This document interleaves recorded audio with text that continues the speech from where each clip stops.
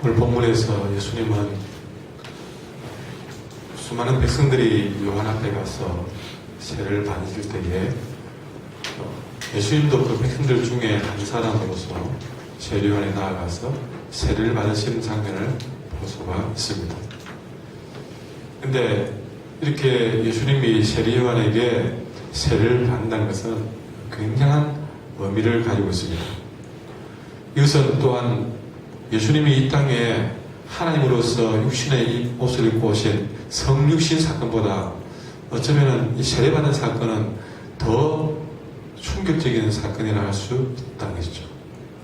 왜냐하면 여러분 성육신만 하더라도 하나님이 하늘의 거룩한 보좌를 내어놓고 이 땅에 인간에 이 땅에 오셨다는 것, 그리고 똑같이 인간의 육신을 가지고 오셨다는 사실, 이것도 엄청난 사건이거든요. 이거는 어디에 상상도 못할 사건인데 거기에 대해서 요한의 세례는 왜 더 충격적이냐 하면 우리가 앞에서 보았듯이 요한의 세례는 죄 씻음을 의미하는 세례입니다. 그러니까 지금 이 요한의 세례는 그냥 어디 가서 세례를 받으려고 한 것이다 라고가 아니라 자신을 죄인 중에 하나로 동일하게 여겼다는 사건으로 우리가 볼 수 있는 것이죠. 인간의 몸을 입고 오신 것만 하더라도 여러분 우리는 놀라운 거지만 거기에 더 나아가서 예수님은 자신을 죄인들 중에 하나로 똑같이 줄을 서서 똑같은 자격으로 모습으로 그렇게 여겼다는 사건입니다. 여러분 중요한 것은 이처럼 예수님께서 요한의 세례를 받기 위해서 온 것처럼 자신을 죄인 중에 하나로 동일시 했던 이것이나 그것은 그냥 죄인 중에 한 사람으로 세례를 받기 위한 것이 아니라 그렇게 자기를 죄인 중에 한 사람으로 여기는 마음으로 세상 죄를 지고 가신 것이죠. 죄인이 아니면서 세상 모든 사람들이 죄를 지기 위해서 자기가 그냥 이렇게 나는 죄인 아니다, 그러니 나는 죄인 사람을 돕는다 아니라 자기 자신을 죄인 중에 한 사람으로 여기면서 그렇게 세상의 죄를, 저와 여러분의 죄를, 너와 나의 죄를 그렇게 짊어지신 어린 양으로서 그렇게 자신을 낮춘다는 것이죠. 똑같은 죄인들을 만들어서 자기를 낮출 때에 어떤 일이 벌어지느냐. 여러분, 바로 그 사건 위에서 하늘이 열렸습니다.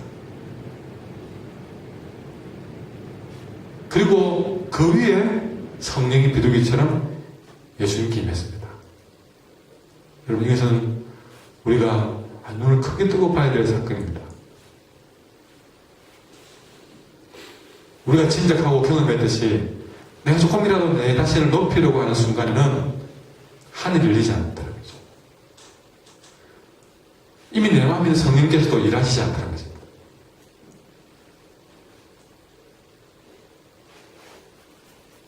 어쩌면 이 말씀은 우리를 깜짝 놀라게 하는 말씀인지 모릅니다. 아, 원인이 거기 있었구나. 내가 기도하는 자리에조차도 내가 내 자신을 낮추지 못하고 높아진 상황에서 기도할 때는 하늘이 열리지 않다는 거죠. 성령도 내 기도를 돕지 않다. 예배도 마찬가지입니다. 성령은 낮은 곳에서 임합니다.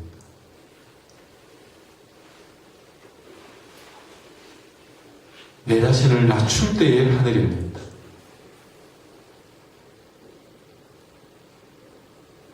이처럼 성령을 받으심으로 예수님은 드디어 성령과 불로 세례를 주시는 이 땅의 메시아로서의 삶을 본격적으로 시작을 하게 됩니다. 한 우리의 사역의 시작은 성령이 내 마음에 임함으로써 사역은 시작이 됩니다.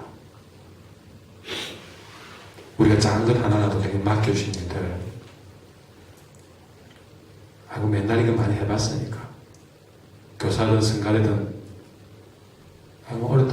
어렸다 임명 받았네.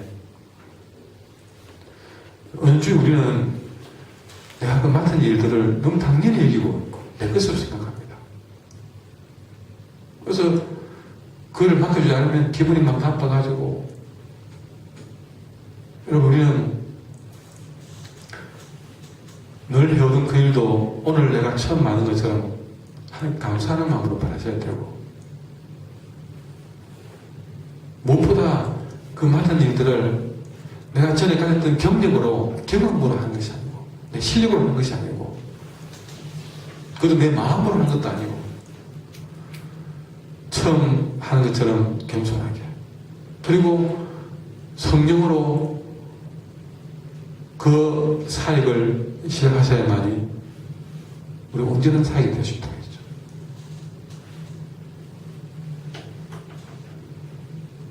올해는, 어떤 분에는 제가 화장지라고 이렇게 맡은 일을 줬습니다. 사람들은 재밌다는 듯이 웃는 분도 계시고 또 그렇습니다. 그러나 제가 그분하고 통화를 할 때는 이것도 성가대 원 못지않게 통일한 가치를 가졌다고 기억하십시오. 목사님, 저는 그것만 해도 너무 좋습니다. 그러더라고요. 목이 아파서 성가대는 못하겠지만 그 일을 할 수 좋아. 그분에게는 그 일은 굉장히 성가대 못지않게 귀중하게, 그리고 기쁜 마음으로 받았던 일이었어요.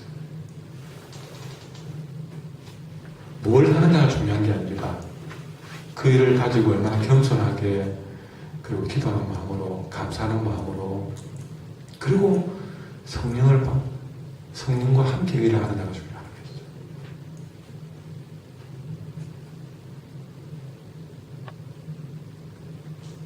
뭔 일을 하든 서로 다툼을 하지 마세요.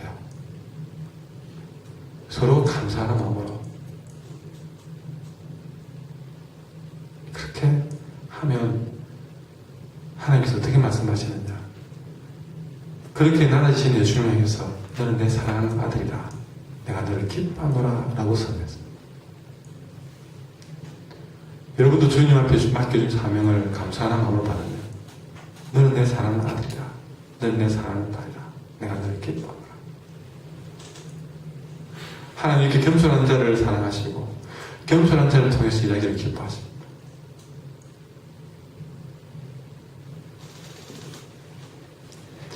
여기 나와서 23절부터는 예수님의 사역이 30세부터 시작된다고 하면서 갑자기 예수님의 족보를 쭉 내려놨습니다. 사람들은 이 족보 읽기를 굉장히 싫어합니다. 뭐 때문에 이런가 읽으면서도 관심도 없고 그냥 입으로만 우리가 따라하기 쉬운 부분이, 이 부분에 혼자 통독을 하더라도 그냥 이 부분을 휙 하고 지나가 버립니다. 그런데 예수님의 족보는 우리에게 뭘 말하느냐. 여러분, 하나님의 역사는 이렇게 예수님의 꼼꼼한 족보에 나타나듯이 우리 예수님의 사역은 어떤 신화가 아닙니다. 단군 신화처럼 확인도 안 되는 신화가 아닙니다. 예수님의 족보는 이 땅의 실제적인 역사의 기반을 둔 사건이라는 것을 말해주고 있습니다. 여러분, 실제적인 역사입니다. 이 이름 족보에 나타난 한 명 한 명이 뭐라고 얘기하느냐. 예수님의 사역은 실제적인 역사라고 소리치고 있습니다. 실제적인 역사의 증인들입니다. 누가복음은요, 굉장히 누가가 의사로서 꼼꼼한 역사가고 또 저술가고 굉장히 박식한 사람으로서 아주 합리적인 논리적인 사람입니다. 그래서 누가복음에는요 아주 구체적인 표현들이 너무 많아요. 심지어 3장 1절에 보시면 그 당시에 어떤 정치가 있었는지를 다 기록해 놓고 있습니다. 3장 1절에 디베르 황제가 통치한 지 15해라고 해까지 기록을 하고 있습니다. 본디오 빌라도가 어디에서 유대 총독으로 일했는지, 또 그 당시에 갈릴리 분봉왕이 누구였는지 헤롯이다. 또 이두레와 드라곤이 지방의 분봉이 누군지,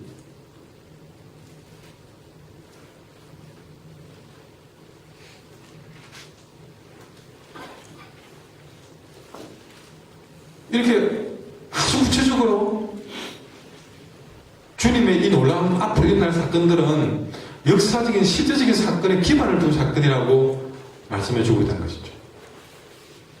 성경이 이렇게 구체적으로 실제 역사의 기반을 두었다고 강조하는데 우리의 신앙은 신앙 아닙니까?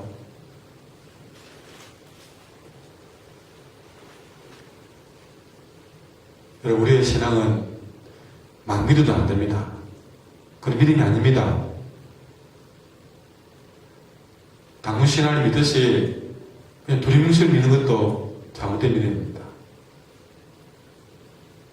말씀을 통해서 구체적으로 배우시고 구체적으로 믿으셔야 되고 실제적으로 믿으셔야 됩니다. 은혜도 실제적으로 경험하셔야 됩니다.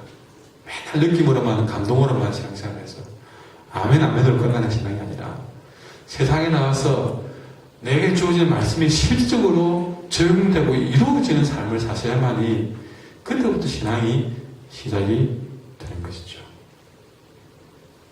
또한 이 예수님의 족보는 우리에게 뭘 말해주느냐? 이 예수님의 족보는 온 인류를 하나님 앞에서 하나로 만들고 있습니다. 여러분, 오늘 이 족보에는요, 3,4절에 보시면 아브라함이 나옵니다. 근데 마태복음에서는 아브라함부터 나오거든요. 그래서 마태복음은 유대인을 위한 복음서입니다. 근데 누가복음은 온 인류를 위한 복음서입니다. 근데 예수님 위로 아브라함으로 끝나지 않고 보통 마태복음 같았으면 3, 4절이 끝나야 됩니다. 그런데 3, 4절이 끝나지 않고 계속 더 나갑니다. 더 나가서 38절은 아담까지 나와버립니다. 아브라함까지 끝나버렸으면 유대인의 하나님으로 끝나버리지만 아브라함을 넘어섬으로써 이제는 유대인을 넘어서서 온 인류에, 그래서 아담까지 가버림으로써 이제는 거기는 뭐 백인, 흑인 상관없이 미국, 한국, 뭐 프랑스, 아프리카 상관없이 온 인류를 하나님 앞에서 하나로 만들고 있습니다. 이것이 누가복음의 족보에서 주는 의미라는 것이죠. 예수님은 이스라엘만을 위한 메시아가 아니라 하나님이 창조한 모든 인류의 메시아로 오시다는 것을 말씀해 줍니다. 그래서 예수님 안에서 우리는 막힌 담을 넘어서 하나가 될 수 있다는 것을 말해줍니다. 여러분, 예수님 안에서 이제 우리는 하나입니다. 우리는 항상 이 마음으로 서로를 위해 기도하고 섬겨야 될 줄 믿습니다. 기도하겠습니다. 하나님, 오늘도 주님 앞에서 하나가 되어 더욱더 주님처럼 낮아진 자로 맡겨진 사명에 헌신할 때에 너는 내 사랑하는 아들이여 딸이여 내가 너를 기뻐하노라 말씀을 듣는 삶이 되게 도와주시옵소서. 예수님 이름으로 기도합니다. 기도하십시오.